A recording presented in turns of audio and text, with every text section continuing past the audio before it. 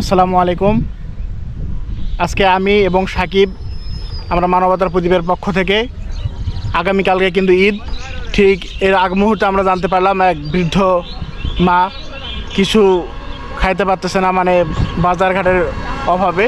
তো আমরা আমাদের সংগঠনের পক্ষ থেকে যতটুকু পারছি আজকে ওনাকে আমরা বাজার করে দিয়ে আসবো। তো সকলে দেখবেন বিস্তারিত ভিডিওতে।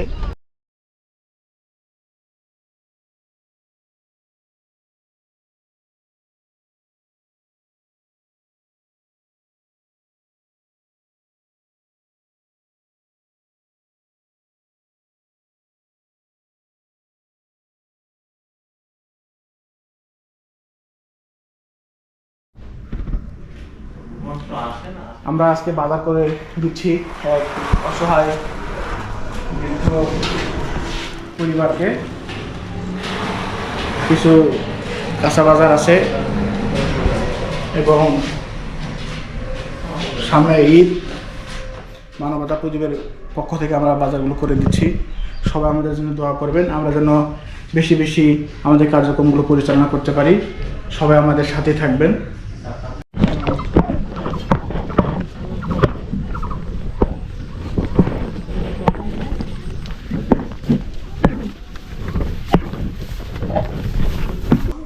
আর কথা বলে সামনে আপনি যদি কিছু করতে পারেন বাসায় বসে থেকে নিজে নিজে, তাহলে সেই ব্যবস্থা করে দেবো। মানে যদি কোনো দোকান টোকান করতে পারেন তাহলে সেটা করে দিবে। হ্যাঁ, আর দোয়া করিয়েন আমাদের জন্য। ভালো থাকেন। আজকে আমরা এক বৃদ্ধ মহিলাকে বাজার করে দিলাম। তো আগামী দিনে ওনার কিন্তু দেখাশোনা করার মতো কেউ নাই। আমরা ওনাকে সামনে কিছু একটা কর্মসংস্থানের ব্যবস্থা করে দেব। উনি কিন্তু একজনের বাসায় আসছেন, ওনাকে দেখাশোনা করার জন্য এখানে একটা পরিবার দায়িত্ব নিছে। তো আগামী দিনে উনি যখন নিজের বাসায় যাবে ওনাকে আমরা কিছু একটা করে দেবো ইনশাল্লাহ।